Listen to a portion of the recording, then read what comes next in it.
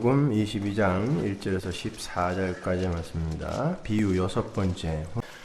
예수께서 다시 비유로 대답하여 가라사대 천국은 마치 자기 아들을 위하여 혼인잔치를 베푼 어떤 임금과 같으니 그 종들을 보내어 그 청한 사람들을 혼인잔치에 오라 하였더니 오기를 싫어하거늘 다시 다른 종들을 보내며 가로되 청한 사람들에게 이르기를 내가 오찬을 준비하되 나의 소와 살진 짐승을 잡고 모든 것을 갖추었으니 혼인잔치에 오소서 하라 하였더니 저희가 돌아보지도 않고 하나는 자기 밭으로 하나는 자기 상업차로 가고 그 남은 자들은 종들을 잡아 능욕하고 죽이니 임금이 노하여 군대를 보내어 그 살인한 자들을 진멸하고 그 동네를 불사르고 이에 종들에게 이르되 혼인잔치는 예비되었으나 청한 사람들은 합당치 아니하니 사거리 길에 가서 사람을 만나는 대로 혼인잔치에 청하여 오너라 한데 종들이 길에 나가 악한 자나 선한 자나 만나는 대로 모두 데려오니 혼인자리에 손이 가득한지라 임금이 손을 보러 들어올새 거기서 예복을 입지 않은 한 사람을 보고 가로되 친구여 어찌하여 예복을 입지 않고 여기 들어왔느냐 하니 저가 유구무원이거늘 임금이 사환들에게 말하되 그 수족을 결박하여 바깥 어두움에 내어 던지라 거기서 슬피 울며 이를 갈미 있으리라 하니라. 청함을 받은 자는 많되 택함을 입은 자는 적으니라. 아멘.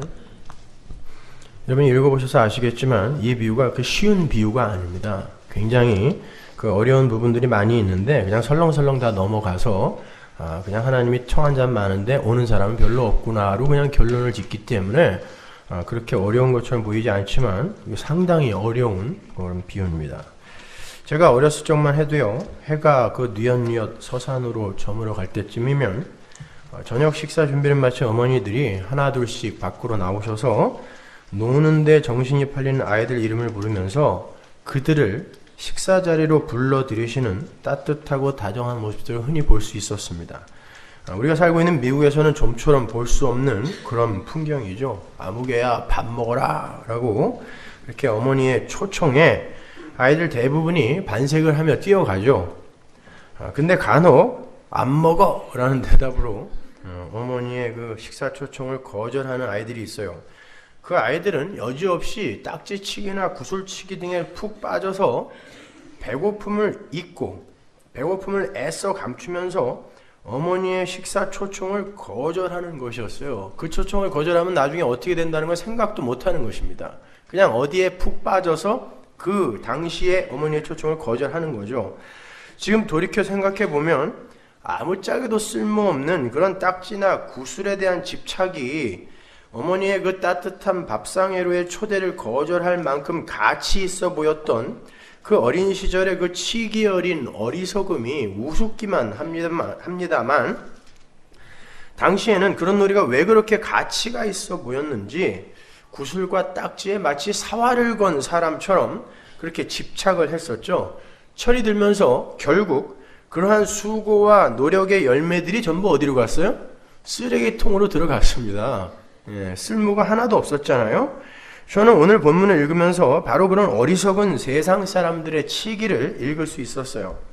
그렇게 항상 역사는 오물로, 배설물로 발각이 되고 묵시는 그 오물들과 충돌하는 현상으로 역사는 진행이 되는 거예요. 선악과를 따먹은 아담들이 배설해 놓은 게 역사입니다. 이 역사, 여러분이 살아가는 시간이고 인생이고 역사예요. 그게 그 역사를 하늘의 묵시, 하늘의 뜻과 하늘의 계획, 그게 영원 속에서의 하나님의 뜻이거든요. 그 하늘의 묵시는 이 역사를 항상 충돌시켜 들어오면서 먹어버리는 거예요. 그리고 결국은 이 묵시가 원하는 결과를 만들어내는 게 종결입니다. 바로 바로의 강팍한 마음을 묵시가 삼켜서 출애굽을 성취하죠. 바로의 강팍한 마음은 역사가 내놓은 오물이란 말입니다. 그걸 하나님의 묵시가 치고 들어와서 출애굽이라는 선으로 바꿔버리는 거예요. 요셉의 형들이 요셉을 팔아버린 사건을 묵시가 품어 안고 선으로 바꾸는 것이죠. 역사는 그렇게 묵시에 의한 새 창조를 향해 치닫고 있는 거예요. 역사는 계속 타락과 폐역과 어둠만 내놔요. 배설물과 오물만 내어놓는데 묵시가 역사를 치고 들어와서 결국은 묵시의 결과물을 만들어내고 마는 거예요. 열매를 만들어내고 마는 거예요. 그럼에도 인간들은 역사와 현실에 집착을 해서 묵시의 세계를 놓치고 있어요. 관심이 없어요, 아예. 오늘 본문은 그렇게 묵시와 역사의 충돌을 보여주고 있는 비유입니다. 지금부터 차근차근 한번 풀어보도록 하겠습니다. 조금 어려워요, 오늘도요. 오늘 본문을 올바로 해석을 하기 위해서는 이 혼인잔치의 비유가 어디서부터 출발하여 서술되고 있는지를 먼저 살펴야 돼요. 문맥 속에서 살펴야 된단 말입니다. 이 혼인잔치의 비유는 21장에 예수님의 예루살렘 입성에서부터 이어지고 있는 거예요. 마태복음 21장에는 드디어 예수님께서 나귀를 타고 예루살렘에 입성하시는 것을 시작으로 해서 성전을 뒤엎으시고 애꿎은 무화과 나무를 저주하시는 그런 주님의 모습과 또 두 아들의 비유와 패역한 포도원 농부의 비유가 이어져요. 다 같은 내러티브예요. 맥이 같단 말입니다. 그리고 22장에서 이어지는 게 바로 오늘 본문의 혼인잔치의 비유인 거예요. 우리는 그러한 내러티브를 통해서 마태가 그 일련의 사건들과 비유들을 통해 일관성 있는 한 가지 메시지를 던지고 있음을 알 수 있어야 돼요. 그렇다면 오늘 우리가 공부하고 있는 혼인잔치의 비유를 좀 더 정확하게 해석을 하기 위해서는 마태복음 21장의 그 사건들과 비유들을 올바로 이해하는 게 우선이에요. 제가 먼저 간단하게 마태복음 21장의 여러 가지 사건들과 비유들을 개괄적으로 설명을 해드리고 오늘 본문의 비유를 제가 구체적으로 강의를 해드릴게요. 먼저 마태복음 21장을 여는 예수님의 예루살렘 입성에 대해서 한번 살펴보자고요. 마태복음 21장 1절로 갑니다.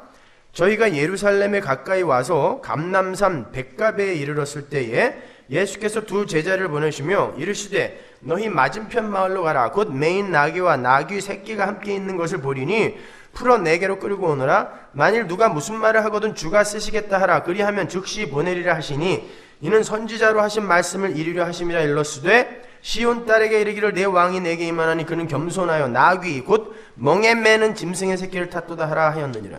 이게 어디에서 인용한 거죠? 스가랴서예요. 스가랴서 9장으로 가볼게요. 9절. 시온에 따라 크게 기뻐할지어다. 예루살렘에 따라 즐거이 부를지어다. 보라 네 왕이 내게 임하나니 그는 공의로우며 구원을 베풀며 겸손하여서 나귀를 타나니 나귀의 작은 것 곧 나귀 새끼니라. 근데 비교해 보세요. 스가랴서에는 멍에 매는 짐승의 새끼라는 어구가 없어요. 근데 예수님이 굳이 멍에 매는 짐승의 새끼라는 어구를 끼워 넣으셨어요. 왜 그랬을까요? 당시 유대인들이 나귀를 타고 들어오시는 메시아를 기다리면서 뭔가를 오해하고 있었기 때문에 그래요. 유대인들은 이 스가랴서 9장 9절을 삶의 모토로 삼았어요. 아주 문설주, 임방, 손톱에다까지 새기고 있었던 게 이 스가랴서 9장 9절입니다. 메시아가 나귀를 타고 올 거라는 것이죠. 근데 어떤 메시아? 민속 메시아. 힘을 가진 정치적 군사적 메시아. 근데 예수님이 거기다가 멍에 매는 짐승의 새끼라는 어구를 끼워 넣음으로 해서 그 메시아 아니다라는 걸 지금 암시하고 계시는 거예요. 니들이 생각하는 그 메시아 아니다라는 걸 암시하고 계시는 거예요. 그러면서 나귀 타고 들어가는 것입니다. 이 나귀의 이야기는 이미 창세기 49장의 야곱의 유언에서 언급이 된 거죠. 거기서 제일 처음 나오는 거예요. 창세기 49장 9절로 가보세요. 유다는 사자 새끼로다. 내 아들아 너는 움킨 것을 찢고 올라갔도다. 그의 엎드리고 웅크림이 숫사자 같고 암사자 같으니 누가 그를 범할 수 있으랴. 홀이 유다를 떠나지 아니하며 시리자의 지팡이가 그 발 사이에서 떠나지 아니하시기를 실로가 오시기까지. 실로는 메시아예요. 실로가 오시기까지 미치리니 그에게 모든 백성이 복종하리로다. 그의 나귀를 포도나무에 매며 그 암나귀 새끼를 아름다운 포도나무에 맬 것이며 또 그 옷을 포도주에 빨며 그 복장을 포도즙에 빨리로다. 나귀와 암나귀 새끼가 다른 단어이고 앞에 포도나무와 뒤에 포도나무가 다른 단어예요. 앞에 포도나무는 게펜, 뒤에 포도나무는 소레크, 가지예요. 뒤에 거는.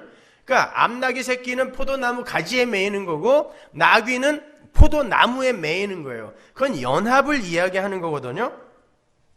그분은 자신의 옷을 포도주에 빨 거라고 그러죠. 포도나무이신 예수님이 겸손의 상징인 나귀에 자신을 연합시키는 거예요. 접붙임이라 그러죠. 매는 거예요. 그게 매고 교회를 상징하는 신부로서의 암나귀 새끼를 포도나무 가지에, 요한복음에 나오잖아요. 예수라는 포도나무에 우리가 가지로 붙는 거잖아요. 포도나무 가지에 이 암나귀 새끼를 묶어버리는 거예요. 예수님의 형국으로 같이 연합시켜버리는 거예요. 이건 굉장히 중요한 거예요. 그러니까 그 그림은 포도나무이신 예수님이 겸손의 상징인 나귀의 매임으로 나귀와 연합이 되시고, 그게 뭐예요? 십자가예요. 그게 십자가를 지시고 신부인 교회 암나귀 새끼가 포도나무 가지에 묶여서 그 포도나무가 맺는 열매를 맺게 되는 그림이에요. 요한복음까지 연결시켜서 이해를 하셔야 되는 거예요. 그래서 마태복음에서도 나귀의 등에 예수님이 타기 전에 제자들의 겉옷이 얹혀지고 그 위에 예수님이 타는 거예요. 제자들과 예수님과 나귀가 하나로 연합이 되는 것입니다. 바로 나귀의 연약한 모습으로 제자들과 예수님이 그렇게 들어가 죽게 되는 거예요. 그 제자들 속에는 우리가 들어가 있는 것이고요. 자, 그런데 그 묶임에 나오는 그 묶임에서, 그 매임에서 나오는 그 열매는 하나님의 전쟁에 참여함으로 나오게 되는 열매를 가리켜요. 어디서 그걸 추론할 수 있냐면, 여기에서 메다라고 번역이 된 히브리어 아사르라는 단어가 전쟁에 참여하다, 전쟁에 함께 동참하다, 묶이다, 이런 뜻이란 말이죠. 그러니까 예수님의 전쟁에 암나귀 새끼인 교회가 함께 묶여서 포도나무 가지로 참여하게 되고, 그 전쟁의 결과로 열매가 맺게 되는 거예요. 그 전쟁은 물론 죄와 세상과의 전쟁을 말하는 거예요. 그런데 그 죄와 세상은 다른 곳에 있는 게 아니라 내 안을 가득 메우고 있단 말입니다. 내 안에 있단 말이에요. 그 죄와 세상이. 따라서 예수님의 전쟁과 성도의 전쟁은 바로 자기 부인의 전쟁인 거예요. 우리를 치고 들어오는 거예요. 백마를 탄, 그리고 철장을 든 예수, 요한계시록 19장의 예수는 바로 우리 안에 마귀적 속성, 그 죄를 치고 들어오는 거란 말입니다. 예수님은 우리와 싸우시는 거예요. 그게 포도나무에 묶인 성도가 맺는 열매예요. 그러니까 포도나무에 묶인, 암나귀 새끼로 묶인 그 성도가 맺는 열매가 뭐예요? 자기 부인의 열매. 그 자기 부인의 열매, 자기가 부인되고 완전히 비워지면 예수가 가득 채워져서 완전한 열매가 맺히게 되는 거예요. 그게 열매예요. 여러분 착한 일 몇 개 더 하는 거, 그거 열매 아니란 말입니다. 중요한 건 그렇게 포도나무 가지에 암나귀 새끼가 묶여서 열매를 맺기 위해서는 먼저 선행이 돼야 할 것이 있는데, 그게 그 겸손의 나귀에 묶인 예수의 옷이 포도즙, 피로 물들어야 되는 거예요. 그게 유다에게 주어진 야곱의 유언이란 말입니다. 거기에 나오잖아요. 그 옷을 포도주에 빤다고. 그 나귀를 타신 자의 옷을 포도주에 빤대요. 그건 이사야서 63장에 나오죠. 1절로 가볼게요. 이걸 다 연결해야 한 이야기가 나오는 거예요. 따로따로 떼어서 이해를 하면 절대 이해 못합니다. 에돔에서 오며 홍의를 입고 보스라에서 오는 자가 누구뇨? 그 화려한 의복 큰 능력으로 걷는 자가 누구뇨? 그는 내니 의를 말하는 자요 구원하기에 능한 자니라. 어찌하여 내 의복이 붉으며 내 옷이 포도즙 틀을 밟는 자 같으뇨? 만민 중에 나와 함께한 자가 없이 내가 홀로 포도즙 틀을 밟았는데, 내가 노함을 인하여 무리를 밟았고 분함을 인하여 짓밟았으므로 그들의 선혈이 내 옷에 뛰어 내 의복을 다 더럽혔음이니, 이는 내 원수 갚는 날이 내 마음에 있고 내 구속할 해가 왔으나 내가 본즉 도와주는 자도 없고 붙들어주는 자도 없으므로 이상히 여겨 내 팔이 나를 구원하며 내 분이 나를 붙들었음이라. 내가 노함을 인하여 만민을 밟았으며 내가 분함을 인하여 그들을 취케 하고 그들의 선혈로 땅에 쏟아지게 하였느니라. 실로의 옷이 붉게 물든 이유가 뭐예요? 분노 때문이에요. 진노 때문이에요. 죄에 대한 분노. 그렇죠? 그런데 그 피가 자기를 붉게 물들여 버리는 거예요. 밟긴 밟았는데 자기가 피로 물들어 버려요. 그건 무슨 말이죠? 자기가 스스로 자기를 밟는 것입니다. 그 십자가를 이야기하는 거예요.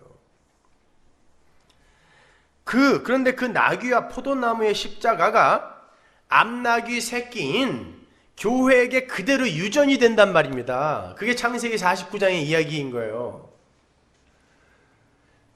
나귀가 포도나무에 매이고 암나귀 새끼가 포도나무 가지에 매인단 말입니다. 그건 전체가 연합이 돼요. 그래서 제자들이 나귀 위에다가 자기들 옷을 얹고 그 위에 예수가 앉는 거예요. 제자들을 깔고 앉는 것입니다. 다 데리고 가겠다는 거예요. 어디로? 십자가로 데리고 가겠다는 것입니다. 그래서 제가 교회는 이 땅에서 예수님의 십자가를 실제화하여 살게 되는 것이라고 말씀을 드리는 거예요. 그 이야기는 요한계시록에서 절정에 이르죠. 19장 11절 보세요. 또 내가 하늘이 열린 것을 보니 보라 백마와 탄 자가 있으니 그 이름은 충신과 진실이라. 그가 공의로 심판하며 싸우더라.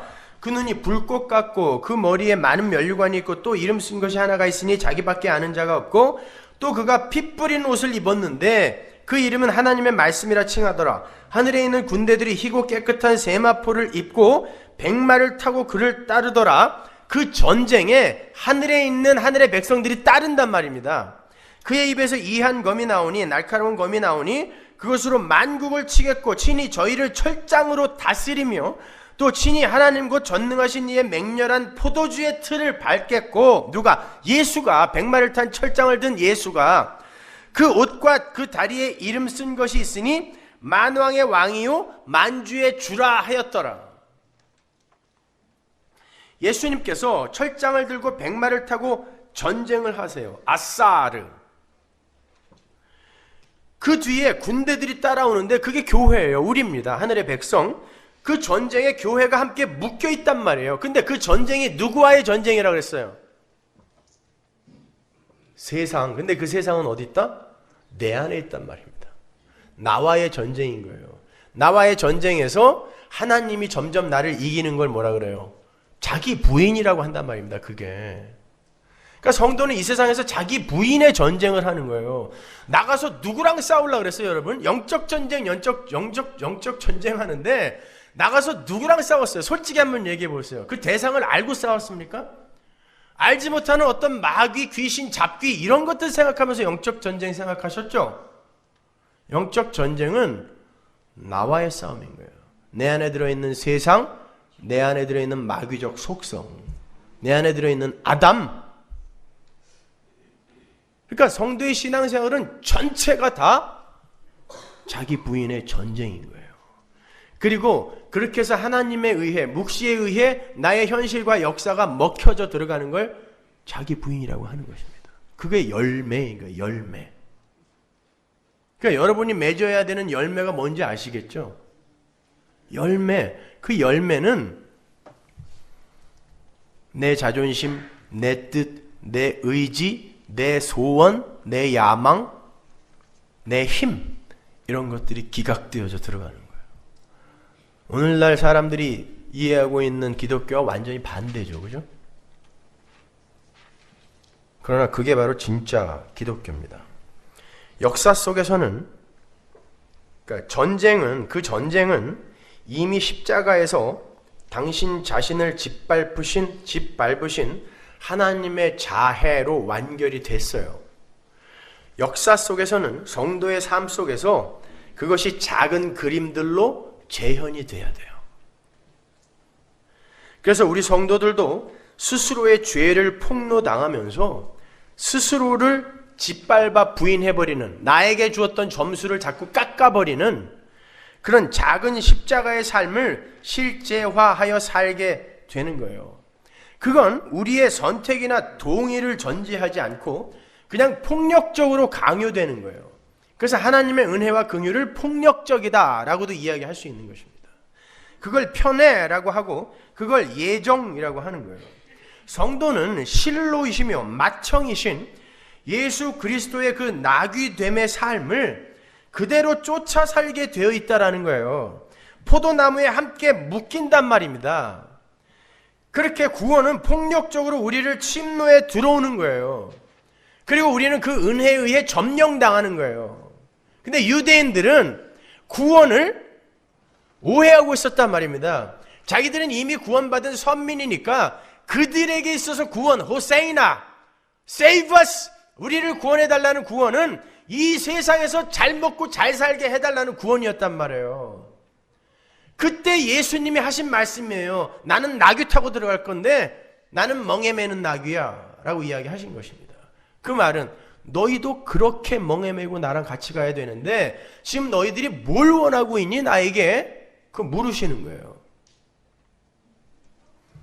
제가 한 30여 년 전에 동양사상에 열심히 심취를 해서 열심히 동양사상에 대해서 공부를 했던 적이 있는데 그때 제가 제일 처음 잡은 책이 도올의 책이었어요.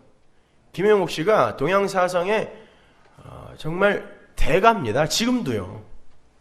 그때 그 사람이 동양사상의 입문이라는 책을 썼는데 제목이 여자란 무엇인가요? 여자에 대해서 궁금해서 읽은 게 아니라 그때 당시에 나와 있는 유일한 동양사상 입문서였어요. 여러분도 한번 사서 읽어보세요. 탁월합니다. 저는 그때 대학교 때인데 그 책을 읽으면서 우리나라에 이런 사람이 있다는 것에 대해서 굉장히 자랑스럽게 했던 사람이에요.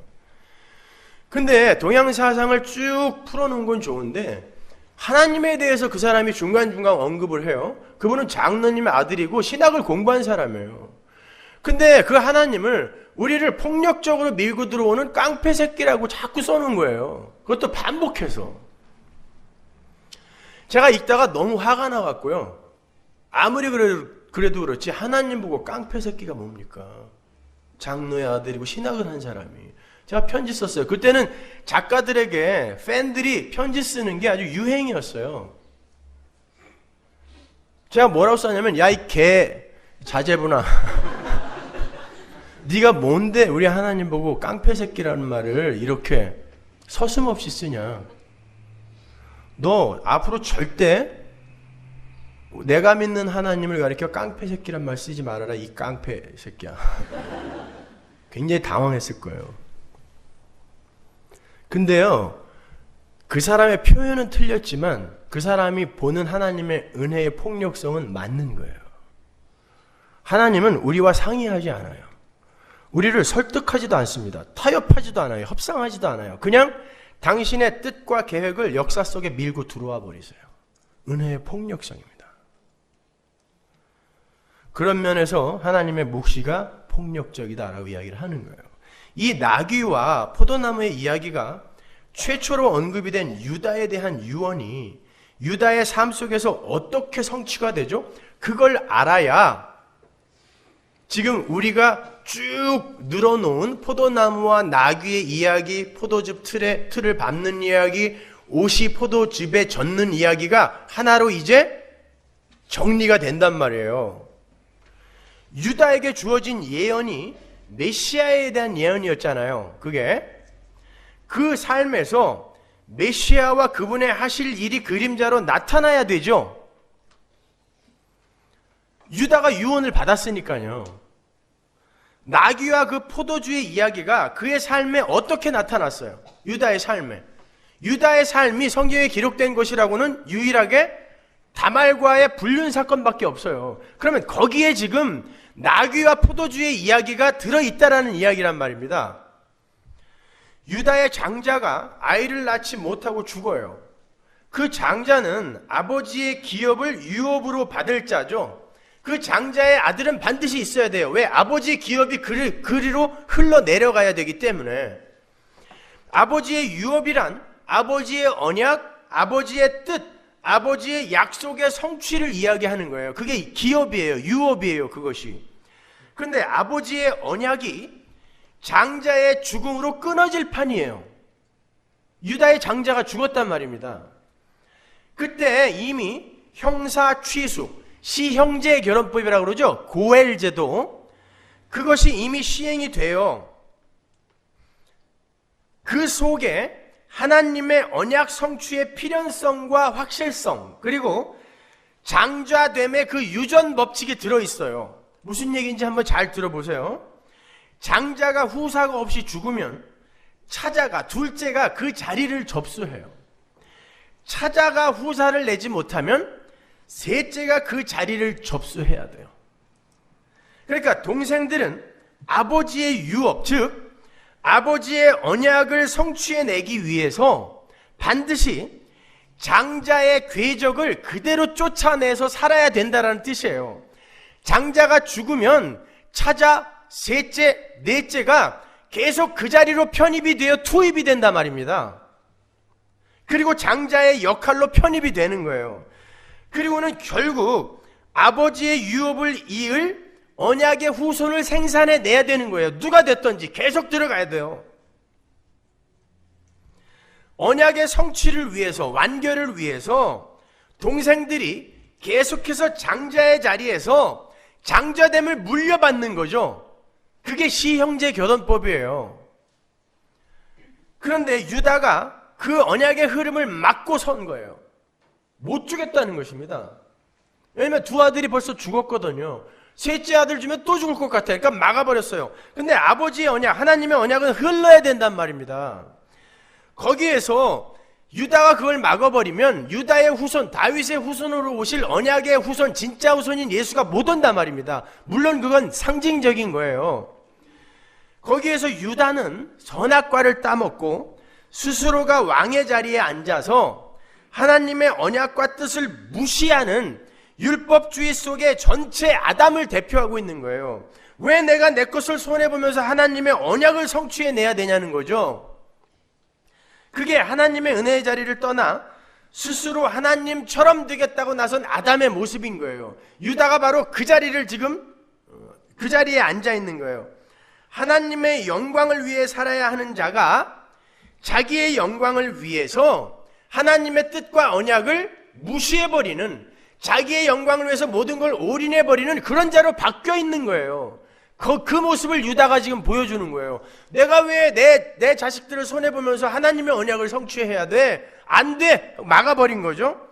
바로 그러한 아담 속의 유다를 구원하고 하나님의 언약을 성취시키기 위해 투입된 게 누굽니까? 다말이란 말입니다. 순결한 다말이 창녀가 되는 수모를 겪는 거예요. 그 다말이 바로 자신을 짓밟아서 원수를 살려내는 예수님의 모습인 거예요. 자기가 포도즙 틀이 되어서 자기 스스로를 밟아버리는 것입니다. 창녀가 되는 거예요. 불륜녀가 되어버리는 거예요.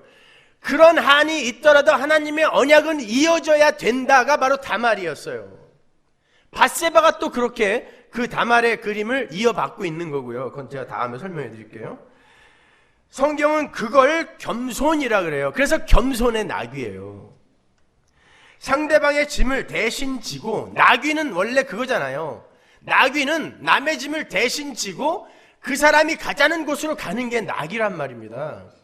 그러니까 그 상대방의 짐을 대신 지고 묵묵히 그 상대방을 위해서 멍에를 감수하는 거, 그걸 겸손이라 그래요. 반대는 휘브리스, 교만이라 그러죠. 인간이 자기의 자리를 떠나 신의 영역을 침범한 걸 교만이라고 그런단 말입니다. 그 반대가 겸손이에요. 오히려 다른 이의 짐을 내가지고 그분이 가자는 곳으로 가는 거, 그게 겸손의 낙이란 말입니다. 그렇게 장자의 동생들은요, 아버지의 언약과 뜻을 성취하기 위해서 아버지의 영광을 위해 장자의 자리로 정확하게 연합되는 삶을 살아야 된단 말이에요. 여기까지 이해 가세요? 그게 시형제 결혼법이란 말입니다. 형사 취수제. 형이 죽으면 동생이 계속 장자의 자리로 올라가서 반드시 언약의 후손을 만들어내야 된단 말이에요. 근데 그렇게 아버지의 영광을 위해서 자기가 어떤 손해도 감수해야 하는 그런 하나님 절대 의존적 존재, 그 아들의 삶이 선악과로 말미암아 깨졌잖아요. 깨졌어요. 유다가 바로 그 모습을 보여주는 거예요. 깨졌어요. 그때 어떻게 해야 되냐고요. 그걸 깨트린 장자 대신에 진짜 새로운 장자가 그 자리에 들어가서 그 장자가 해야 할 일을 성취해내는 거예요. 그게 예수입니다. 하나님이 아담이라는 아들을 만들어놨는데 그가 내가 왜 하나님의 언약을 성취해야 돼요? 내가 왜 내 손해를 보면서 당신을 위해서만 살아야 돼요? 내가 왜 내 영광을 포기하고 당신의 영광만 위해서 살아야 돼요? 라고 장자의 자리에서 죽어버린 거예요. 그건요, 죄와 허물로. 그때 진짜 장자인 예수가 그 장자의 자리에 들어가서 결국 교회를, 약속의 후손, 언약의 후손을 완성해내는 거예요. 그게 구원입니다.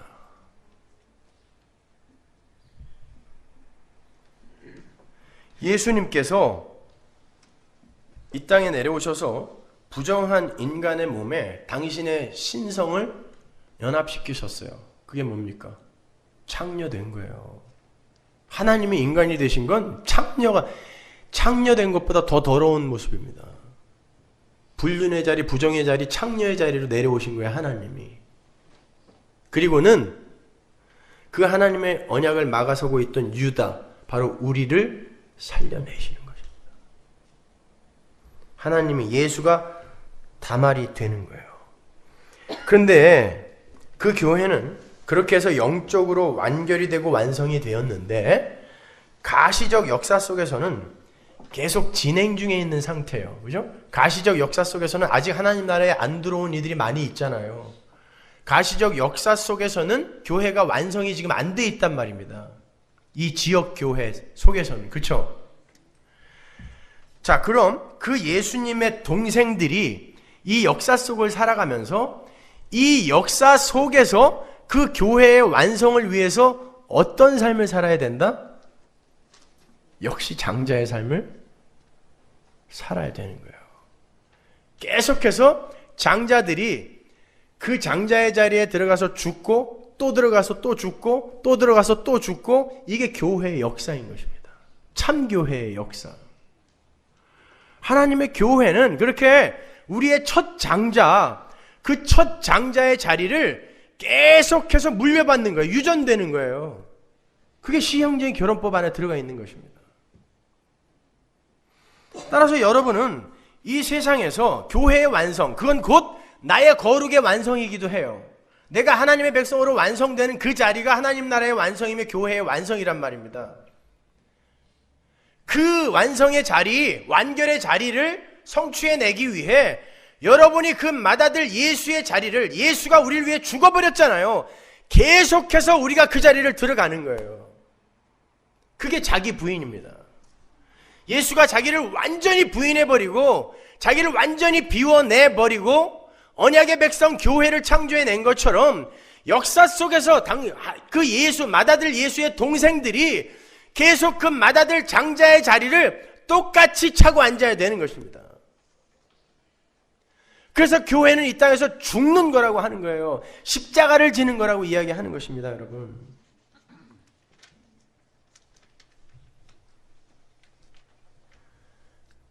우리도 그렇게 아버지의 언약을 성취시키기 위해서 아버지의 뜻을 쫓아 장자처럼 죽어야 돼요.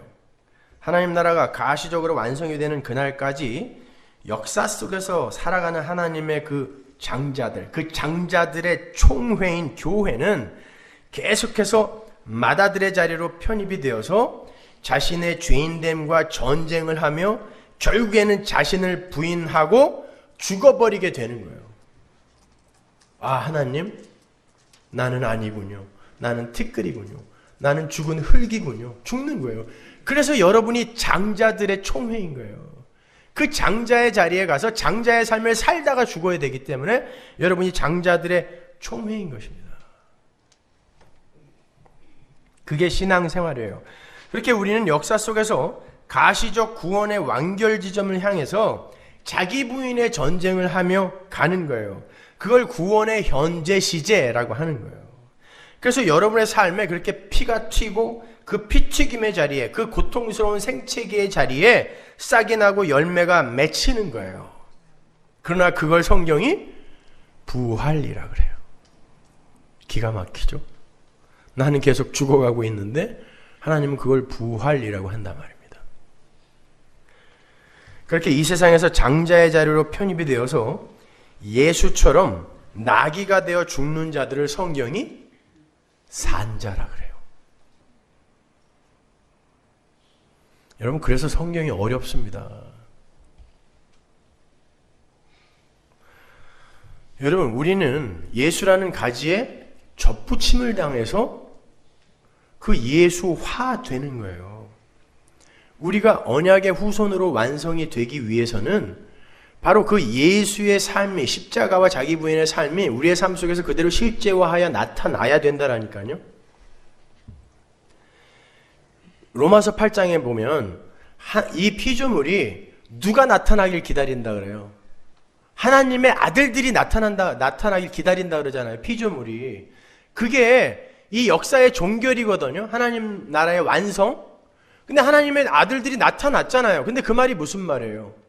가시적으로 완성되는 그날, 그 언약의 후손의 완성, 하나님 아들들의 나타남을 위해서 계속해서 장자의 자리를 누가 테이크오버를 해야 된단 말입니다. 그게 여러분과 저라니까요. 그래서 우리는 이 세상에서 계속 죽는 거예요. 오늘 보면 바로 아래에 보면 부활을 믿지 않는 사두개인들이 시형제 결혼법을 예로 들어서 예수님을 시험하는 장면이 나오죠. 7 형제가 있다가 다 죽었어요. 근데 맏아들, 장남의 와이프가 계속 둘째, 셋째, 넷째, 다섯째 하고 계속 결혼해야 되잖아요. 근데 하늘나라에 가서 부활을 하면 도대체 그 여자는 누구 부인입니까? 라고 물어본 거예요. 원래 사두개인들은 부활을 안 믿습니다. 그러니까 시험하려고 물은 거예요. 그때 예수님이 이런 대답을 하신단 말입니다. 22장 31절. 죽은 자의 부활을 의논할진대 하나님이 너희에게 말씀하신 바 나는 아브라함의 하나님이요 이삭의 하나님이요 야곱의 하나님이로라 하신 것을 읽어보지 못하였느냐? 하나님은 죽은 자의 하나님이 아니요 산 자의 하나님이시니라 하시니 무리가 듣고 그의 가르치심에 놀라더라. 이게 무슨 말인데 놀랬을까요? 여러분, 이 말 듣고 여러분도 함께 놀라셨습니까? 무슨 말이에요 이게? 그들이 7 형제가 있는데 한 여자가 7 형제랑 다 결혼했다. 나중에 부활했을 때 이 여자가 누구 와이프냐 물었는데 예수님이 나는 아브라함과 이삭과 야곱의 하나님 산자의 하나님이다로 대답을 해버렸어요. 근데 깜짝 놀랬대요. 동문서답이에요? 우문현답입니다. 부활은 여러분이 원하는 어떤 몸으로, 여러분이 상상하고 있는, 추구하고 있는 어떤 몸으로 그렇게 다시 살아나는 것을 부활이라고 하지 않는다는 거예요. 성경에서. 진짜 부활은 아브라함과 이삭과 야곱, 그들은 이 땅에서 하나님의 장자의 자리를 테이크오버하면서 죽은 자들이에요. 다. 죽었는데 하나님은 그들을 산자라고 이야기한단 말입니다. 그렇게 이 땅에서 하나님의 뜻을 조차 예수 그리스도라는 장자의 삶을 조차 사는 그 삶이 부활이라는 거예요. 그리고 그 삶을 온전히 살아내는 걸 하나님 나라라고 그래요. 그게 진짜 부활이란 말입니다. 나는 나중에 어떤 몸으로 태어날까? 연사마처럼, 황신애처럼 이렇게 변할까? 그런 거 아니라는 거예요. 부활은요. 부활은 네가 예수 그리스도처럼 하나님의 뜻에 완전히 순종하여 너를 완전히 부인해내는 과정과 그 완료 상태, 이게 부활이란 말이에요. 근데 하나님이 그걸 완전히 만들어낼 거라는 말입니다. 여러분, 이 이야기는 출애굽기 3장 4장에서 하나님이 모세에게 한 말이에요. 모세 시대에 아브라함, 이삭, 야곱은 이미 죽었잖아요. 그런데 모세에게 하나님이 나는 아브라함과 이삭과 야곱의 하나님, 산자의 하나님이라고 그래요. 그건 무슨 말이냐면 아브라함과 이삭과 야곱, 이 나의 장자들의 삶이 지금 너에게로 유전이 되어 살아있는 모세, 네 안에 다 들어있다는 뜻인 것이에요.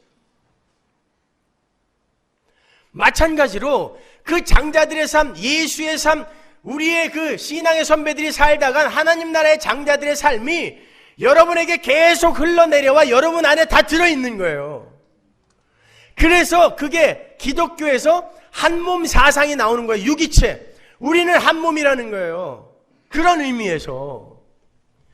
야, 이 어려운 걸 다 이해하는 척하면서 앉아 계시려니까 이해가 가시죠? 네, 성도는 그 맏아들 장자 예수의 삶을 그대로 답습하게 되어 있어요. 그래서 여러분은 반드시 이 땅에서 죽어요. 제가 최근에 그런 이메일을 많이 받았어요. 너무너무 힘들다. 죽고 싶다. 목매달아 죽고 싶다. 목사님, 나는 가짜죠. 왜 이렇게 힘들어요? 왜 이렇게 어려워요? 그래서 제가 답장했어요. 당신이 진짜예요. 당신이 지금 죽고 있는 거예요. 이 세상에서 당신을 부인당하고 있는 거고, 세상이 얼마나 악한지를 하나님이 당신에게 직접 경험하게 해주시는 거예요. 그러니까 다 겪으세요. 벗어나게 해달라고 하지 말고 겪으세요. 겪으셔야 돼요. 여러분은 여기서 치를 떨고 가셔야 돼요. 아, 하나님의 집, 내 아버지의 집, 그 집 떠나면, 집 나가면 개고생이구나 배우고 가셔야 되는 것입니다. 이 세상 속에서. 그게 우리 신앙생활이에요. 그런데 뭘 구하는 것입니까? 예배당에 와서.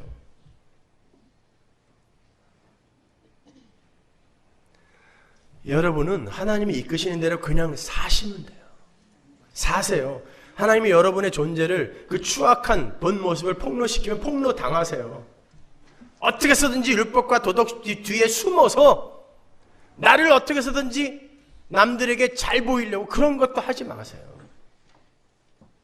그냥 사시는 거예요. 그게 이기는 겁니다. 살아있는 게 이기는 거예요, 여러분. 따라서 첫째 부활에 참여하여 죄와 허물에서 건져진 하나님의 교회는 이 땅에서 부활의 삶을 살게 되는데, 그 부활의 삶이 바로 장자이신 예수와 함께 옛사람을 죽여가는 삶이 되는 거란 말입니다. 그 삶은 완전한 부활이 성취되는 날까지 계속 이어지는 거예요. 마태복음 22장 23절 보세요. 부활이 없다 하는 사두개인들이 그날에 예수께 와서 물어가로되 선생님이여, 모세가 일렀으되 사람이 만일 자식이 없이 죽으면 그 동생이 그 아내에게 장가들어 형을 위하여 후사를 세울지니라 하였나이다. 여러분, 시형제 결혼법의 목적은 아버지의 기업을 받을, 다른 말로 아버지의 언약이 흐를 후사를 세우는 거라 그랬어요. 그 후사가 온전하게 나아지는 날이 하나님의 언약의 그 가시적 성취의 날이고 역사의 종결 지점이라 그랬죠. 근데 그 후사를 세우다 해서 그 세우다라고 번역이 된 아니스템이라는 단어는 바로 그 위에 부활, 아나스타시스와 같은 어근을 가진 같은 뿌리의 단어예요. 왜 예수님이 그 단어를 그렇게 썼을까요, 여러분? 언약의 후사를 세우는 게 시형제 결혼법의 주 목적이잖아요. 근데 바로 그 위에서 부활을 그거와 같은 뿌리의 단어로 쓰신단 말입니다. 그러니까 인류의 이 역사의 목적은 역사의 온전한 부활, 우리 인간의, 죄인의 온전한 부활, 하나님 나라의 완성을 그 목적으로 하고 있는데, 그 부활을 위해서는 하나님의 장자가 내려와서 죽어야 되고, 그 장자의 죽음의 삶에, 자기 부인의 삶에 그 동생들이 계속 편입되는 삶을 살게 돼야 된다는 거예요. 그 역사 전체가 다. 그러니까 이 역사는 성도의 피가 튀기는 역사인 거예요. 그런 면에서 여러분들, 이게 복음이라면 여러분 주변에서 몇 명이나 천국 갈 수 있을 것 같으세요? 몇 명이나? 오늘날의 이 기독교가 맞습니까?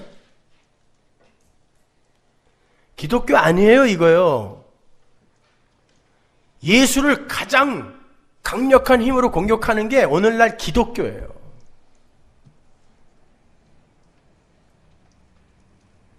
그래서 예수님이 말씀하신 거예요. 내가 다시 올 때 믿음을 보겠느냐?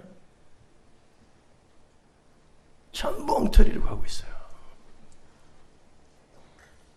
소원 안 들어주면 삐지고, 문제 해결 안 해주면 삐지고, 그게 원래 잘 가는 자기 부인의 길인데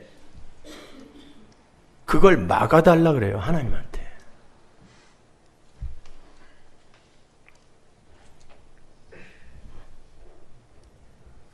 그러니까 여러분의 자신감이, 여러분의 야망이, 여러분의 세상적 소원이, 여러분 속의 마귀적 성품과 욕구가 점점 죽어가면 갈수록 여러분은 부활하고 계신 거예요.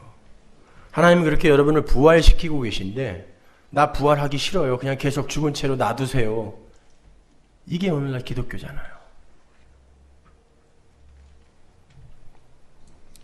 그렇게 우리 모두는 하나님의 장자와 묶여버려요.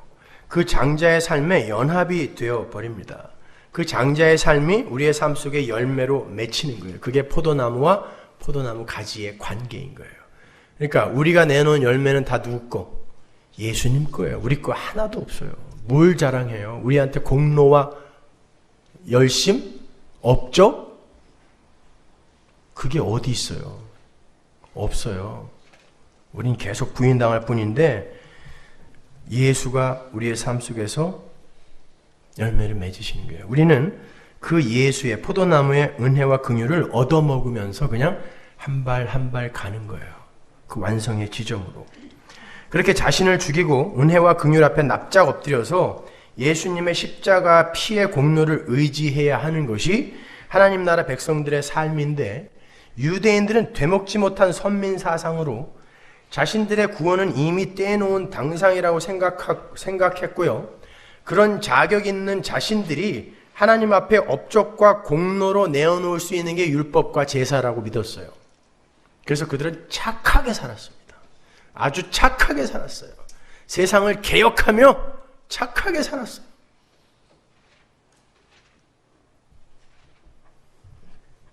성도가 하나님 앞에 내어놓을 수 있는 열매는 자기 부인으로 말미암는 옛사람의 죽음입니다. 그리고 그로 말미암는 새사람으로의 부활이에요. 근데 우리가 뭘 개혁한다고요? 타고난 저마다의 소질을 개발해요? 그게 불교예요. 그건 나귀의 겸손으로 당신의 몸인 진노의 포도즙 틀을 밟으신 예수 그리스도의 은혜의 십자가면을 붙드는 면목 없음이 아니잖아요. 그게 바로 믿음인데, 우리는 예수의 피를 꼭 붙들고 나는 이 예수의 피 때문에 천국에 갈 수 있어요라는 뻔뻔스러움으로 그곳에 들어가는 거예요. 근데 뭐 좀 해놓고는 그 자랑하지 못해갖고 아주 안달을 부려요. 하나님은 인간의 업적이나 성취나 조건이나 자격, 열심, 노력 등에 의해서 복과 저주를 가르지 않으세요. 나귀를 타시고 포도주 틀을 밟으시는 예수님의 은혜로만 복과 저주가 갈려요. 그런데 인간들이 자꾸 하나님을 감격시켜서 구원에 도달하려고 한단 말입니다. 그게 바벨탑이라니까요. 그게 바리새인들인 거예요. 그게 오늘날 개혁주의인 것입니다.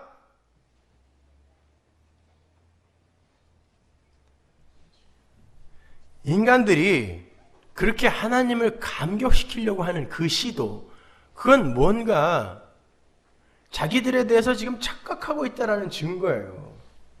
거기에 대한 설명이 무화과 나무의 저주 사건이에요. 나귀를 타고 예루살렘에 입성하신 예수님이 이스라엘의 유대주의를 상징하는 성전을 기각하고 무시해버려요. 다 부셔버립니다. 다 둘러 엎어버려요. 옛 성전, 율법, 유대주의 아니라는 거죠. 다 부셔버려요. 사흘 만에 내가 다시 세운다 그래요. 그건 자기가 그 옛 성전이 되어서 죽겠다는 얘기죠. 다시 세운다는 말은, 다시라는 말이 있으니까. 내가 성전을 품어안고 죽고 새로운 성전을 세우겠다는 거예요. 율법과 제사의 상징인 성전은 예수님의 예루살렘 입성의 의미, 나귀를 타고 포도나무에 매인 그 예수님의 일을 대척점에서 퇴색시켜버리는 거잖아요. 예수님은 자기의 피를 흘려 그 피로 구원해 내겠다고 하는데, 그 대척점에서 왜 내가 그 피만 의지해야 돼요? 나도 제사 지내고 율법 지키고 착하게 잘 살고 있어요. 이야기하는 거예요. 예수님이 그 성전을 뒤집어 엎어버렸다니까요. 그게 힘의 원리 속의 세상이란 말입니다. 주님은 그들의 노력과 열심을 전부 뒤집어 엎으시고 그들의 모습이 바로 저주받는 무화과 나무의 모습이라는 걸 설명해 주기 위해서 뜬금없이 무화과 나무 앞으로 가는 거예요. 정신 나간 사람처럼. 무화과 나무의 열매가 열릴 때가 아니었거든요, 그때는. 근데 왜 미친 사람처럼 거기 가갖고 너 열매 없네? 너는 영원히 열매 못 맺을 거야. 이건 뭐예요? 무화과 나무는 뭐예요? 가만히 있다가. 에? 무화과 나무는 때가 되면 열매를 맺기 위해 열심히 몇 년간 살았단 말입니다. 근데 그의 무화과나무의 노력과 열심을 예수님이 갑자기 폭력적으로 찾아가시더니 넌 아냐! 이야기해버리는 거예요. 넌 영원히 저주받을 거래요. 영원히. 거기에 영원이란 단어를 쓰신다니까요. 마태복음 21장 19절 보세요. 길가에서 한 무화과나무를 보시고 그리로 가사 잎사귀밖에 아무것도 얻지 못하시고 나무에게 이르시되 이제부터 영원토록 내가 열매가 맺지 내게 열매가 맺지 못하리라 하시니 무화과나무가 곧 마른지라. 하나님께서 당신의 백성들에게 맺기 원하시는 열매가 뭐라 그랬어요? 자기 부인의 열매예요. 십자가의 열매입니다. 비우는 열매예요. 자각의 열매, 하나님의 은혜 자각의 열매, 항복의 열매, 순종의 열매, 하나님에 대한 알매 열매죠. 그 비워진 그릇에 하나님 자신이 채우고 들어가서 완벽한 열매를 맺어내는 거예요. 그게 하나님이 요구하시는 열매였어요. 은혜 의지해. 예수 믿어. 그래서 왕의 아들의 혼인잔치인 거예요. 하나님 믿는 거 소용없다는 거예요. 왕의 아들의 잔치, 은혜, 너 의지하고 있어? 이거 물어보는 거예요. 오늘 본문에서. 하나님 믿어서 천국 못 가요. 그게 유대인 아닙니까? 예수를 믿어야 돼요. 예수를 통해 나타난 하나님을 믿어야 되는 거예요. 그래서 유대교는 안 되는 거예요. 기독교만 되는 거예요. 길이 되는 거예요. 근데 인간들이 허다한 행위들을 내놓기는 하는데 그게 전부 자기 자신의 가치 향상과 자아 성취와 자아 긍정과 자아 실현의 행위들이에요. 바리새인들이 내놓은 것처럼 그걸 자랑해요. 금식 기도를 하는데 머리에 기름 바르고 대로에 서서 막 기도해요. 금식은 3일째가 제일 힘들어. 괜히 물어보지도 않았는데 금식하고 있다는 거죠, 자기.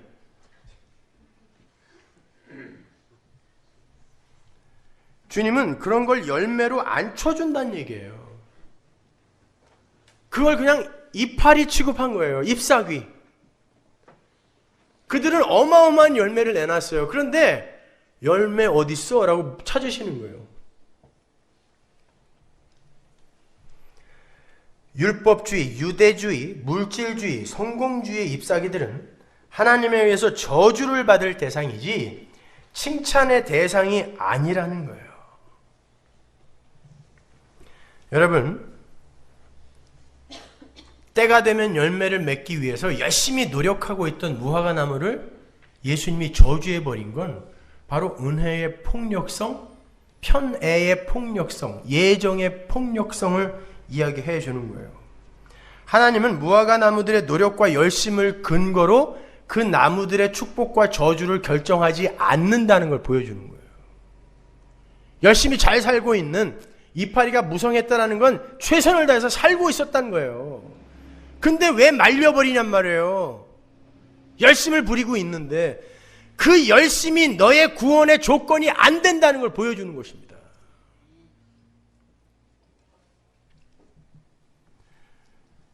거기에 그 구원에 절대 하나님은 인간들의 노력과 열심을 개입시키지 않으세요. 그럼에도 아담 속의 인간들은 그걸 불공평하다 그래요.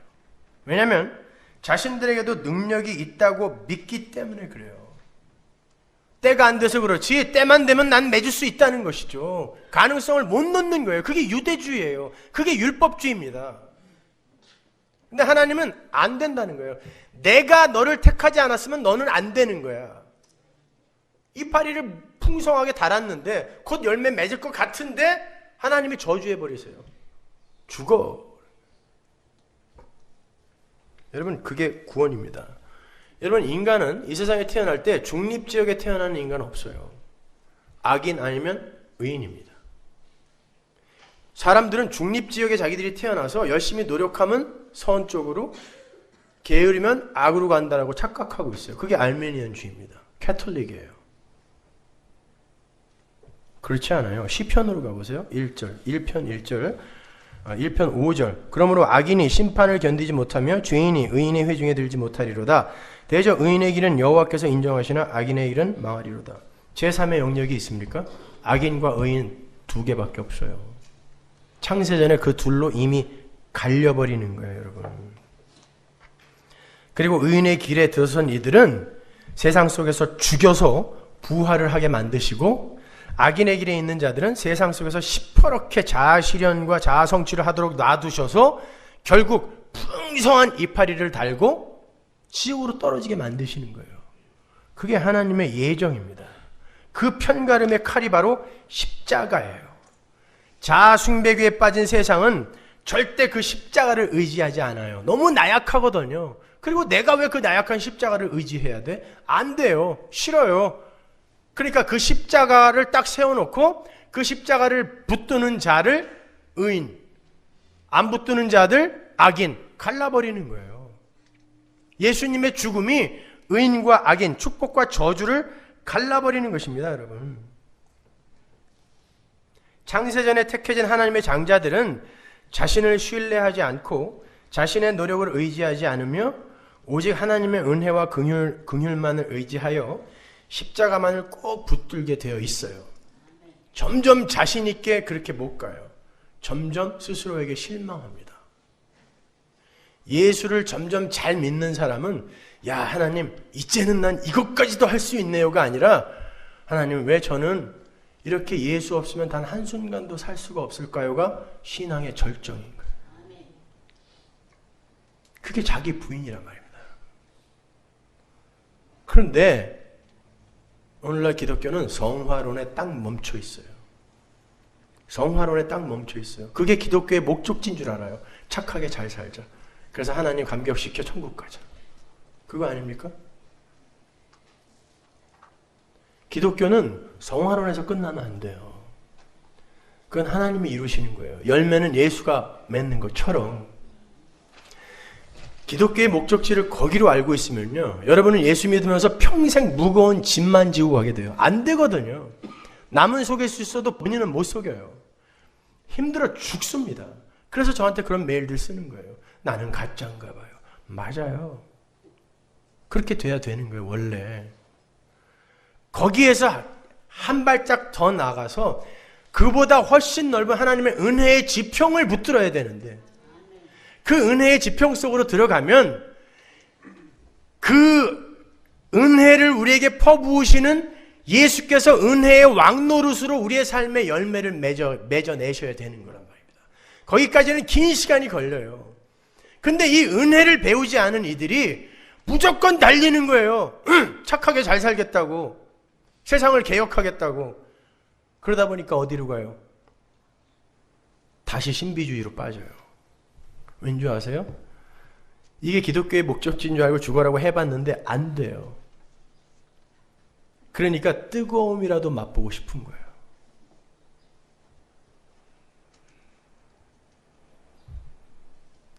여러분, 지금 한국 개혁주의가 말할 수 없는 패닉 상태에 빠져 있습니다. 그동안 한국 개혁주의의 수장이라고 우리가 여기고 그분의 신학과 교리를 그대로 따다가 우리의 신학과 교리를 정립했어요. 박영선 목사님. 그분이 한국 성화론의 대표 주자죠. 개혁주의의 머리예요. 그런데 제가 예전에 그 교회에 설교하러 갔을 때도 똑같은 얘기를 하시더니 요즘은 설교에다가 대놓고 일부 예배는 순복음교회 가서 뜨겁게 드리고 오시고 2부 예배는 우리 교회 와서 말씀을 배우시라고 설교에다 대놓고 이렇게 말씀을 하세요. 왠지 아세요? 개혁주의가 성화론에 머물면 결국 그리로 돌아가는 것입니다. 한때 한국교회 전체로부터 이단 소리 들어가며 참 기독교를 고수하려고 했던 분이에요. 그러나 은혜의 지평까지 못 들어가면 결국 거기서 끝나는 것입니다.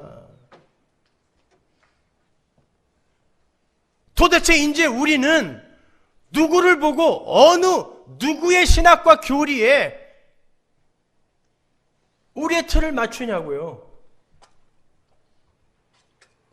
그러니까 한국 개혁주의 목사들이 멍하니 패닉 상태가 됐어요. 나는 지금까지 그럼 뭘 한 건가? 여러분 생각해 보십시오. 예수님께서 잎사귀만 풍성한 무화과 나무, 세상 속 아담들을 어떤 방식으로 저주를 하셨습니까? 이 무화과 나무를 어떤 방식으로 저주를 하셨어요? 십자가에서 죽는 방식으로 편가름을 해서 저주를 해버리세요. 자기가 무화과 나무가 되셔서 자기가 저주해놓고 그 저주받은 무화과 나무가 되셔서 마른 막대기 십자가에서 저주받은 모습으로 죽어버리는 거예요. 그 모습으로 세상에 그 무화과 나무 됨을, 저주받은 무화과 나무 됨을 폭로하시는 거예요. 그렇다면 장자의 자리, 그 십자가의 자리에 필연적으로 편입이 되는 성도는 어떻게 하여 잎사귀만 풍성한 힘의 원리에 의한 그 자아 성취와 자아 실현의 그 세상을 분리해낼 수 있을까요? 성도는 세상을 심판한다면서요. 어떻게 심판해요? 예수님이 무화과나무를 어떻게 심판했어요? 자기가 죽으면서, 자기가 죽음으로 해서. 성도는 똑같은 거예요. 이 세상에서 내가 죽음으로 해서 세상에 저주받은 무화과 나무 됨을 폭로시키는 거예요. 그리고 나의 저주받은 무화과 나무 됨, 그걸 품어 안고 죽으신 예수, 그 은혜를 붙들게 되는 거예요. 그래서 예수님이 너희가 믿음이 있으면, 진짜 믿음이 있으면 내가 이 무화과 나무에게 행한 일을 너희도 할 수 있다라고 이야기하는 거예요. 그걸 무슨 말로 이해하셨어요, 여러분? 돌아다니면서 무화과 나무 저주하고 돌아다니셨습니까? 안 됐죠? 그게 무슨 얘기냐고요. 내가 이 나무에게 한 걸 너희도 할 수 있다라는 게 무슨 말이냔 말입니다. 내가 바로 이렇게 예수에 의해 저주받아 죽을, 말라 죽을 무화과 나무라는 걸 내가 인정해버리는 게 나를 부인하는 거예요. 나를 저주해버리는 것입니다. 그 일을 너희들이 할 수 있다는 것입니다. 진짜 믿음 가진 자들은. 그리고 그들이 세상에 저주받은 무화과 나무 됨을 폭로시켜버리는 거예요. 니들 잘못 사는 거야. 아무리 착하게 산다고 해봐. 그거 하나님이 선으로 인정 안 해준다. 그게 진짜 믿음이에요. 그런데 그 일은 하나님이 폭력적으로 밀고 들어와 반드시 이루어내실 것이기 때문에, 우리의 부활은 반드시 이루어내실 것이기 때문에, 우리가 여태까지 서 있던 그 율법의 산, 시온의 산, 나만을 의지하고 내 힘을, 내 가능성을 여전히 의지했던 그 시온산, 그거 저주의 바다에 던져버리게 한다는 거예요. 저주의 바다에 던져버리고 은혜의 지평으로 나오게 한다는 뜻입니다. 근데 그걸 하나님이 반드시 이루실 것이므로 믿음이 있는 자야 너희가 믿음으로 믿고 기도하면 내가 다 준다로 끝나는 거예요. 무화과나무 비유가. 어렵습니까? 은혜와 예수와 십자가로 풀면 성경은 어려울 거 하나도 없어요.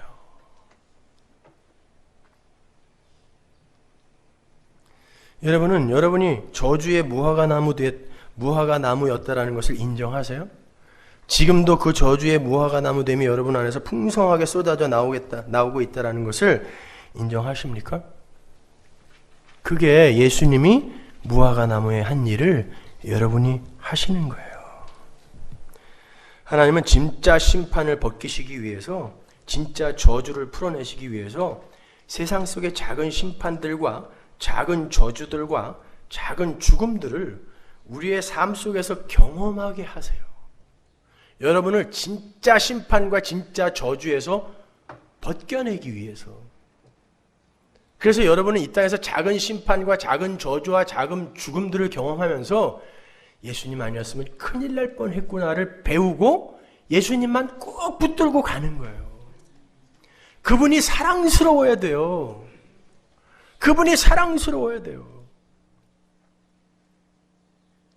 아니면 여러분 천국 갈 때, 여러분 이 세상 떠날 때 절대 천국 가고 싶지 않아요. 제가 얼마 전에 어떤 장로님의 임종을 보러 갔는데 60년 신앙생활 하신 분이에요. 교회 4개 지으셨어요. 재산 교회에다가 다 갖다 바치신 분입니다. 근데 제 손을 붙들고 목사님 나 좀 살려달라고, 돌아가시는 마당에 목사님 나 좀 살려달라고, 난 아직 죽을 준비 안 됐는데 나 좀 살려달라고 그러세요. 제가 나중에는 너무 안타까워서 장로님 내 손을 붙들지 말고 반대편에서 손을 내밀고 계신 하나님의 손을 붙들어야지 왜 내 손을 붙들고 나에게 살려달라고 그럽니까? 60년 예수 믿은 거 다 어디다 갖다 버리고 왜 내 손을 잡고 살려달라고 그러십니까? 여러분은 그런 자신 있으세요?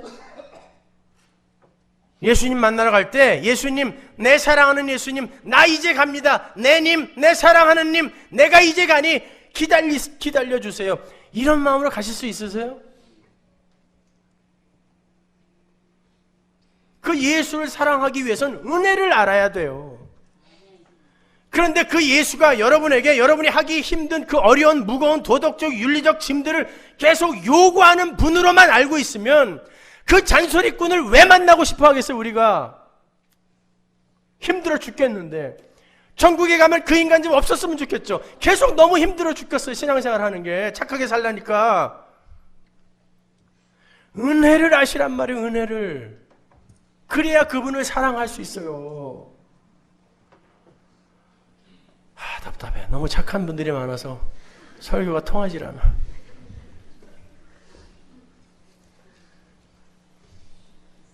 자, 그 은혜의 내러티브를 좀 더 강화시켜 보여주는 게 두 아들의 비유예요. 아버지로부터 포도원에 가서 일을 하라는 명령을 받은 맏아들은 아버지의 명령을 순종하겠다고 해놓고 가지 않죠. 둘째는 안 가요. 그래놓고 갑니다. 중요한 건 둘 다 네, 알았습니다 하고 간 사람이 없다는 거예요. 둘 다 실패입니다. 당연하게 알았어요 해놓고 안 간 사람은 바리새인이에요. 유대인이에요. 유대주의, 율법주의. 싫어요, 못해요 라고 했는데 간 사람은 여기서 이야기하는 세기, 세리와 창기, 나그네, 과부 이런 연약한 이들이에요. 이방인. 그들은 어떻게 가게 됐을까요? 하나님의 은혜로요. 그 이야기 하는 거예요. 둘 다 네 가겠습니다 하고 간 사람은 없어요. 그런데 이 세상에서 연약한 자, 저는 자, 소경 이렇게 부인된 모습으로 살아간 이들이 하나님의 은혜로 포도원에 들어가 일을 하더라는 거예요. 하나님 나라 들어간다라는 것입니다. 그들이. 예수님은 너무 훌륭한 이야기꾼이라는 생각 안 드세요? 하나의 주제를 전혀 다른 이야기들을 갖고 아주 조목조목 이야기를 끌어가고 계시는 것입니다. 여러분. 그런데 여전히 자신들의 힘과 위치와 지혜를 의지하는 자들은 은혜를 수용하지 못해요. 그게 타락한 첫째 아담 속에 들어있는 마귀적 속성이에요. 그들에게 은혜가 찾아가면 그들이 어떻게 할까요? 야, 니들이 하고 있는 거 지금 이거 아니야. 그거 무시해버리고 기각하고, 야, 은혜만 붙들어야 돼. 니들이 맺는 그 열매 아니라니까. 은혜 붙들어. 그럼 어떻게 해야 돼요? 때려 죽여야 됩니다. 그게 패역한 포도원 농부의 비유예요. 계속해서 회개하라, 열매 내놔라 라고 가잖아요. 회개하라가 어떻게 열매 내놓아라요? 율법주의에게 가서 회개하라라는 건 뭐예요? 율법주의 그거 아니다라는 거죠. 딴 열매 내놓으라는 거잖아요. 그게 선지자예요. 그러니까 가는 족족 다 때려 죽이는 것입니다. 그러면 그렇게 가는 족족 다 때려 죽이는 거 아버지가 알았으면서 왜 아들은 왜 보내요? 가면 죽을 거 뻔히 아는데. 아들이 죽어야 그들이 살아나기 때문입니다. 그게 패역한 포도원 아들의 비유인 거예요. 이런 포도소산이 뭐 이렇게 대단한 거라고 사람을 죽입니까? 사람 죽이는 것보다 포도 몇 알 내놓는 게 훨씬 나아요. 근데 왜 안 주고 사람까지 죽였을까요, 이들이? 여러분, 사람 죽이는 거 힘들어요. 제가 군대에 있을 때 경호훈련 받을 때 진짜 지독한 훈련을 받아요. 2주 정도씩에. 제가 장군 비서실에 있었거든요. 그때 마지막 하는 게 뭐냐면 죽은 개를 대검으로 찌르는 거예요. 죽어있는 개인데도요 못 찌르겠어요. 이거를 담력 키운다고 죽어있는 개를 마지막으로 이거 한번 찌르면 끝났는데 이걸 못 찌르겠어요. 근데 산 사람을 때려 죽여요. 그까지 포도가 뭐라고? 왜 죽였어요? 열매가 없었기 때문에 죽은 것입니다. 인간들은 스스로 그 열매를 못 맺어요. 그래서 아들이 와서 죽는 거예요. 그들이 포도원 밖으로 내다 버리죠. 그랬더니 건축자들의 버린 돌이 모퉁이 돌이 되어서 다시 거기에 서 있어요. 그래 놓고 하나님이 어떻게 한다 그래요? 거기에 떨어지는 것들은 다 깨어져 부서질 것이다 그래요. 그 건축자들의 버린 돌 모퉁이 돌에 부딪혀 깨어져, 은혜에 깨어져야 모퉁이 돌에 붙어 성전 위로 지어져 가는 거예요. 거기에 안 깨지면 안 돼요. 계속 포도원 안에서 오는 족족 때려 죽이는 악당들로 사는 거예요. 예수는 그렇게 우리에게 맞아 죽고 다시 우리를 죽이며 들어오는 거예요. 그래야 사니까. 그게 건축자들의 버린 돌이 모퉁이 돌이 되어서 그들을 깨는 모습인 것입니다.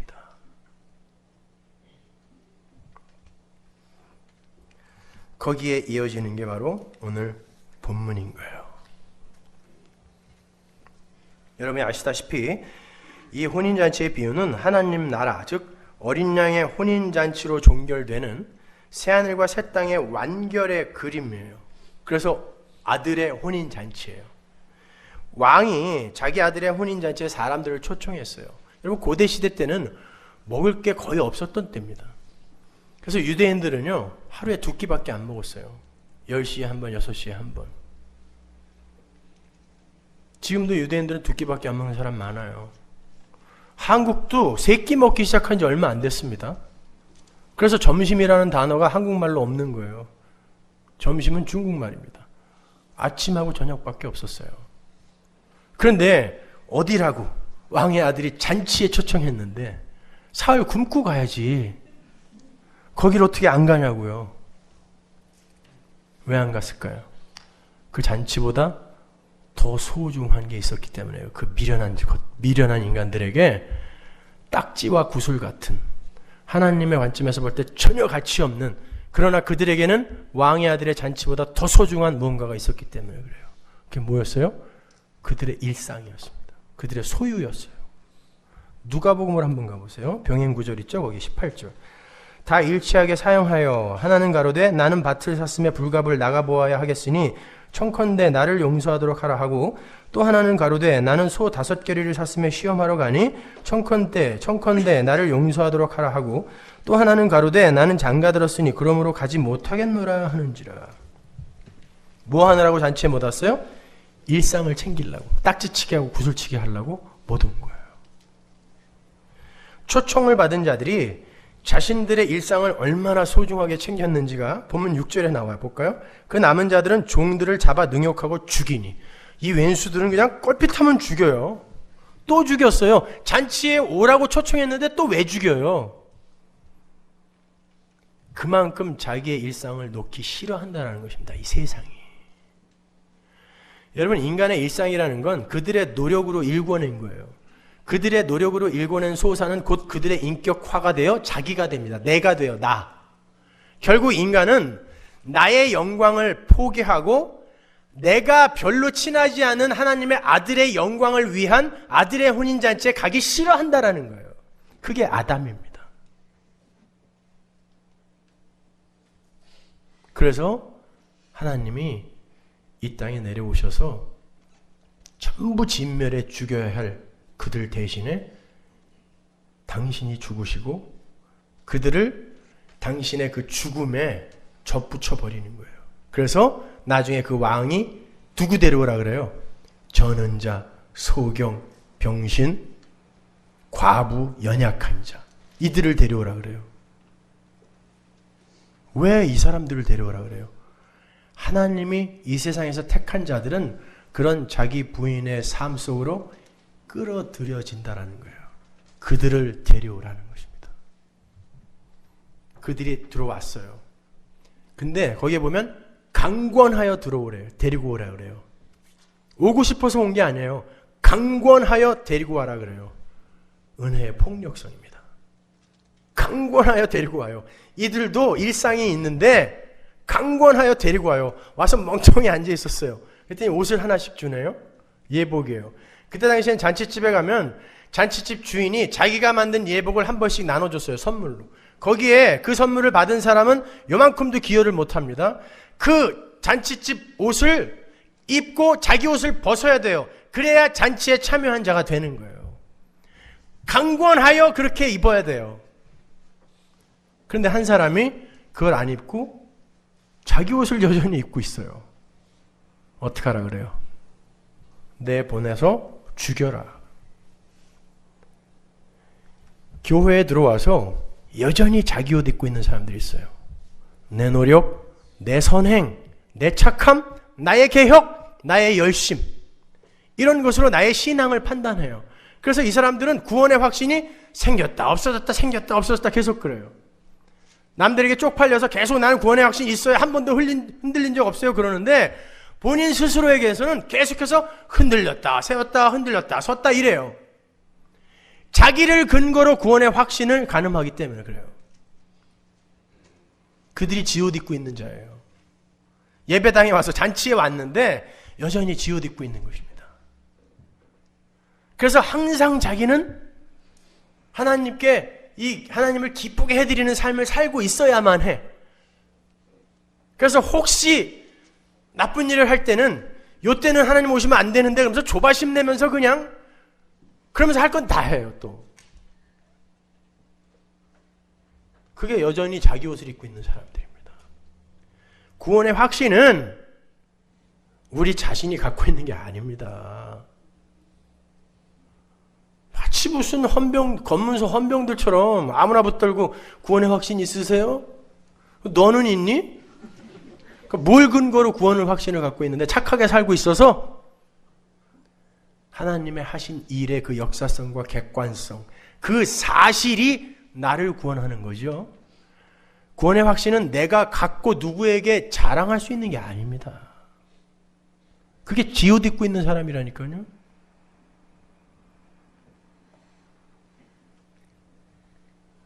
여러분, 이게 혼인잔치의 비유예요. 은혜입니다. 하나님의 은혜의 지평. 그 어린 양의 영광만을 위해 나를 비워내는 거예요. 내 모든 소유를 다 털어내는 거예요. 그런데 내 자존심, 내 인기, 내 가치 향상 위해서 내 착한 일, 선한 일, 내 헌금, 내 봉사, 내 구제, 이런 걸로 자기 예복을 입고 있는 거. 이런 자들을 하나님이 쟤 데리고 나와서 죽여라 그랬다니까요. 거꾸로 알고 있는 거죠. 그러니까 예복을 준비하자. 어떻게 준비하실 건데요? 그 예복. 그건 주인이 그냥 주는 거라니까요. 거기에다가 바느질 하나도 못해요. 우리는요. 근데 예복을 준비하세요. 여러분은 은혜 속으로 들어가서 그 은혜의 옷만 입으시면 돼요. 좀 자유하세요. 그 자유가 여러분을 하나님에 대한 사랑으로 끌고 가는 거고, 그 하나님에 대한 사랑이 감사를 격발시켜 여러분을 조금씩 부인시키고 변화시키는 거예요. 무슨 대단하게 뭐 그렇게 크게 성화를 이루셨다고 그냥 말만 하면 성화를 부려요.